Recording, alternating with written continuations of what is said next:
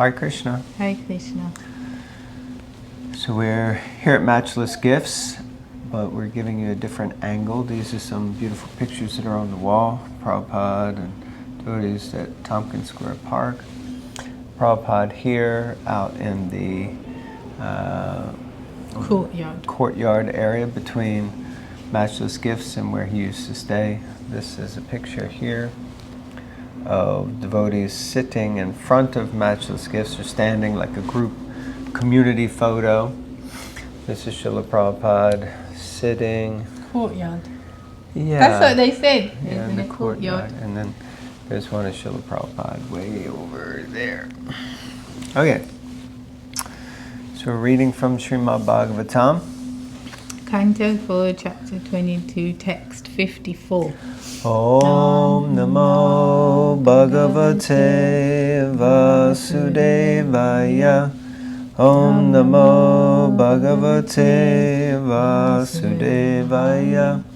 Om Namo Bhagavate Vasudevaya. Text 54. After begetting 5 sons named Vijitaswa,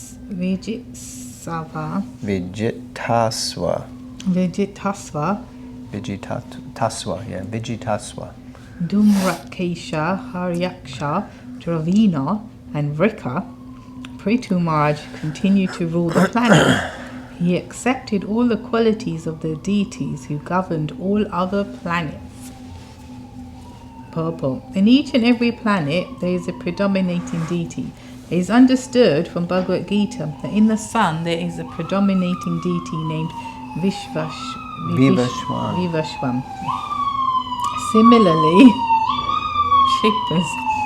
Similarly, there is a predominating deity of the moon and of the various planets.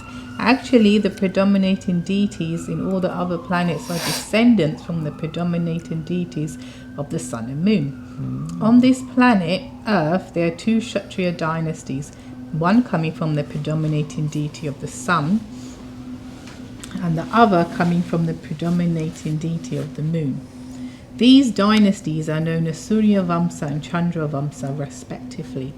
When monarchy expired on this planet, the chief member was one of the members of the Surya dynasty, or Surya.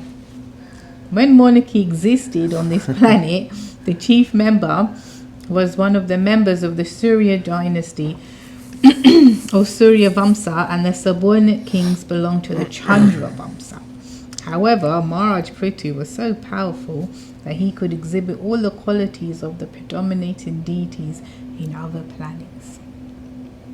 Yeah, interesting how advanced the knowledge is when in the Bhagavatam, the Vedas, that there are other planets and there is existence on other planets, and not only if there is existence of life, I guess. Yeah, that's what I meant. And there not only is there existence, but there is law and order as well. And it's so interesting because just the other day I was seeing these pictures. There was 4 pictures over the years, like a long time, of the first picture, say, of Jupiter, then maybe 20 whatever years later, another one. Everyone was going crazy over it because obviously the quality was getting better, and it's just showing this planet Jupiter and like that. And people get all excited. What they think they discovered some water or something on Mars, or we went to the moon apparently, and all this. It's so interesting, so real. I'm not saying it for me personally, but I appreciate, and this has happened during Prabhupada's time, that some devotees have got tested with their faith, because then they read, when you read in the Bhagavatam and that yeah, there are other planets, there is life out there, which freaks a lot of people out. I think especially demoniac people, that there's actually life out there beyond you, and there are higher beings, and like I said, there's law and order. And so it's interesting, isn't it, what we're fed and we're told, and only because they don't know better, I reckon, and what's actually pretty much stated over the millions of years or whatever, that whatever exists, and here's the pastimes of these personalities, And I can't help but think, because when I was growing up, personalities and that on other planets, especially Mars, I've never seen a depiction of someone out from not from Earth in a friendly way. They always predict like, oh, they're horrible, they're evil aliens, and they'll abduct you and they'll take out your feelings and whatever. If you watch too many X-Files, you know, like they're never presented again like they are how Prabhupada reveals to us through the scriptures, that they're actually very beautiful people. They're normal as well. They're man, woman, kids, this, you know, life is like very opulent and nice, and in one sense they don't actually mean you any harm. you just can't go there because you're not qualified. So it's so interesting, you know, because it's fear is created. That's the point I'm making in this material world by the scientists and this.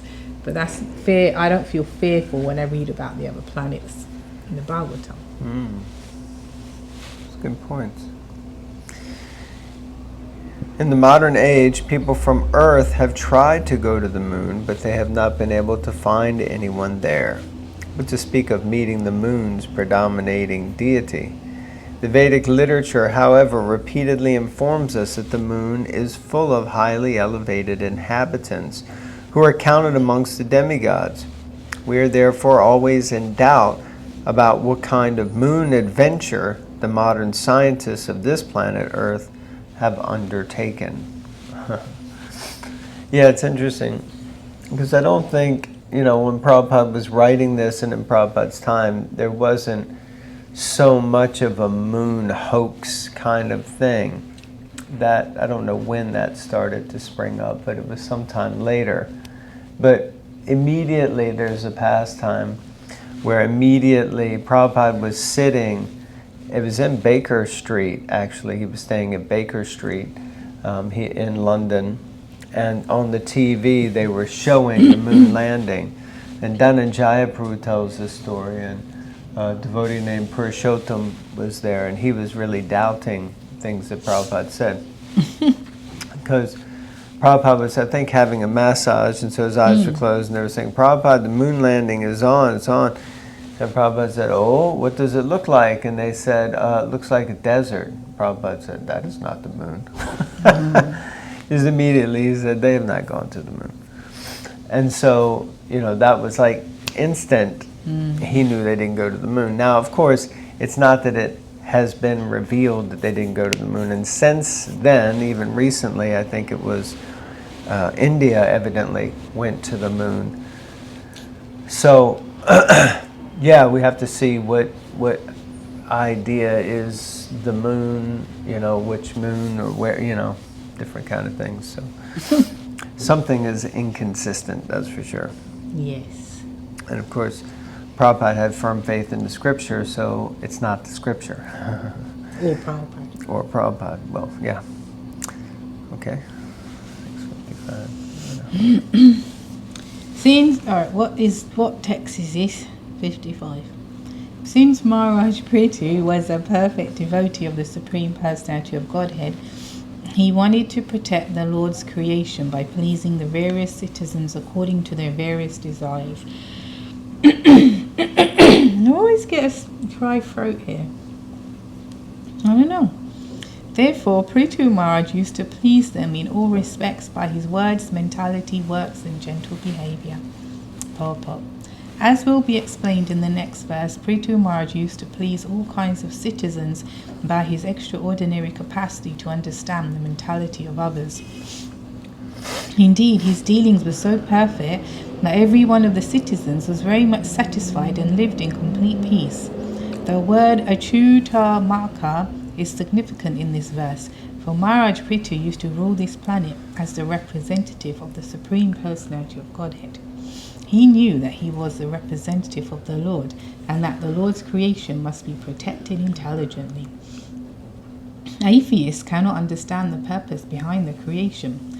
Although this material world is condemned when it is compared to the spiritual world, there is still some purpose behind it.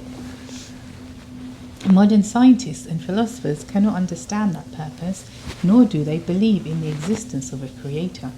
They try to establish everything by their so-called scientific research, but they do not center anything around the Supreme Creator.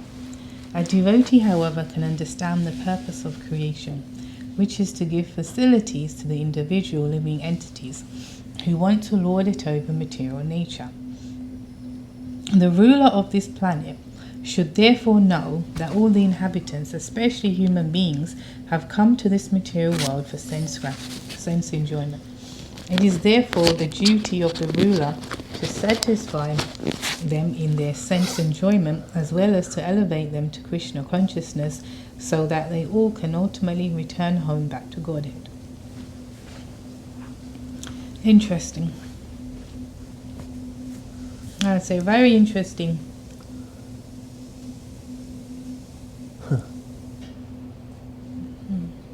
Okay. Interesting. Yeah, it's interesting. Anyway, it's just about leaders. It doesn't have to necessarily be a leader like a Maharaj Priti or Prime Minister or whatever. But even within a spiritual institution, that's what leaders should. What I took away from it was somehow, how can I protect those people that are here in our care, coming as it were? And they're all different, so how can I please all these different type of people? And then it ends by saying basically to help assist them, to elevate them so that they can ultimately go home back to Godhead. I think just this stands out very powerfully, that that's actually what we should be doing in a spiritual institution, organization, temples, sanghas, whatever. It should be that. It should be like just protection from whatever else, politics, laziness, whatever, and just we want to do what we can to bring you closer to Krishna, and obviously therefore help you to keep more moving forward, and just engage you in various ways to serve. It's just very powerful without saying too much.